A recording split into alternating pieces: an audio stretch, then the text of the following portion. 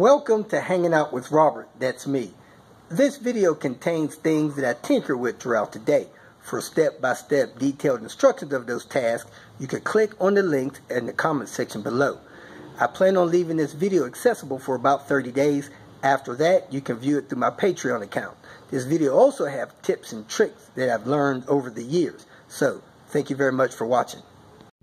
Kicking off the day, on my way to mail off somebody's tool, crank seal tool, white block. Man, you do not want to make a mistake doing that. I guess the rear main would be worse. After that, I'm going to go help my brother by law move his storage stuff, and then I'm going to take the battery for Red Barron to be replaced. My buddy Santos had got a battery for Red Barron and kept dying on me. I took it to get charged at O'Reilly's yesterday, and they said that that battery is bad. So I got the receipt on my way down to the reconditioned battery place to replace that battery. Somebody is threatening to purchase Red Barron, so we'll see what happens to that. I'm also hopefully find a car to fix up and maybe donate a couple more cars to some people that lost their vehicles in these hurricanes, man. Or just some needy person locally that needs a car. Time to go tinker a little bit. I actually put Panther from under the carport so I can get a little more light. And I went and got a replacement battery for Red Barron because the battery that it had was dead. So I'm going to hook that up, probably take Red Barron around the block, and then put the air-to-fuel ratio gauge in the Panther. Let's get this battery over here. Batteries dropped in here all kind of ways. You just snug these 10 millimeters down up top. You drop the battery down in the tray. You make sure the back of it is tucked all the way in, sitting flat on the tray. And when you slide the battery toward the fender, it locks it in place.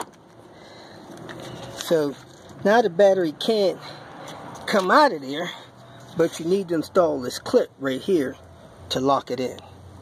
So anyway, I'm going to push the car out because it didn't have a reverse. Check the coolant, check the oil, take it around the block for a little ride. I am not big on driving cars for short distances. If they're sitting, I just let them sit. If you're not going to drive the car for several weeks, I normally just disconnect the battery and let it sit. When you sit 2-3 years, let it sit 2-3 years. I don't believe in starting them up, letting them idle, stuff like that. I think that's actually bad for the entire car. But I need to go grab the ramps for Panther. So I'm going to fire it up, take it around the corner. Plus, somebody said they were coming to buy it today. If that happens, I have at least taken the car around the block. Topped off the coolant. I don't know why people still run straight water in their vehicle. Very bad thing to do, especially in the winter. Also, if you're having problems getting heat, you may want to make sure that your coolant system is full. Because if it's low on some vehicles, it won't push coolant into your heater core to give you heat. So, let me go ahead and push this car back, fire it up, take it around the block, and bring it back. I open the door, the flashers is going off. That's telling me that the alarm has been triggered. Close all the doors, hood, lock the car, unlock the car, reset the alarm. So let me go ahead and knock it in neutral and push it back. I have to push it back out of the spot before I start it, because once I start it, the transmission is messed up in a way that it puts forward rolling pressure on the transmission. 5 times harder to push it back. As you can see, the odometer says 145. The car actually has like 203 or something. I documented that in an earlier video. I actually got into a, well, I got thrashed for trying to make a point and joking around about changing the odometer in the Panther. Really, if you're buying a 20-year-old car, man, miles does not matter. Most states exempt mileage from the title.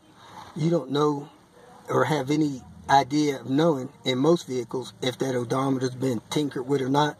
So you just need to verify the condition of the vehicle before you buy it. And if somebody's bragging about having a vehicle with 200,000 miles on it and haven't had to do much to it, guess who's going to have to do much to it? That's going to be you.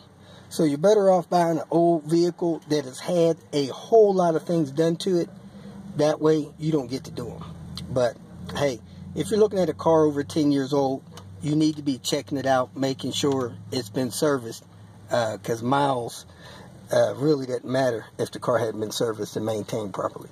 My Panther has almost 400,000 miles, and I am in a lot better shape on that car than I am on this one with almost half the mile. Oh, not sure how long ago it was that I brought the vehicle here, but see if she fires up.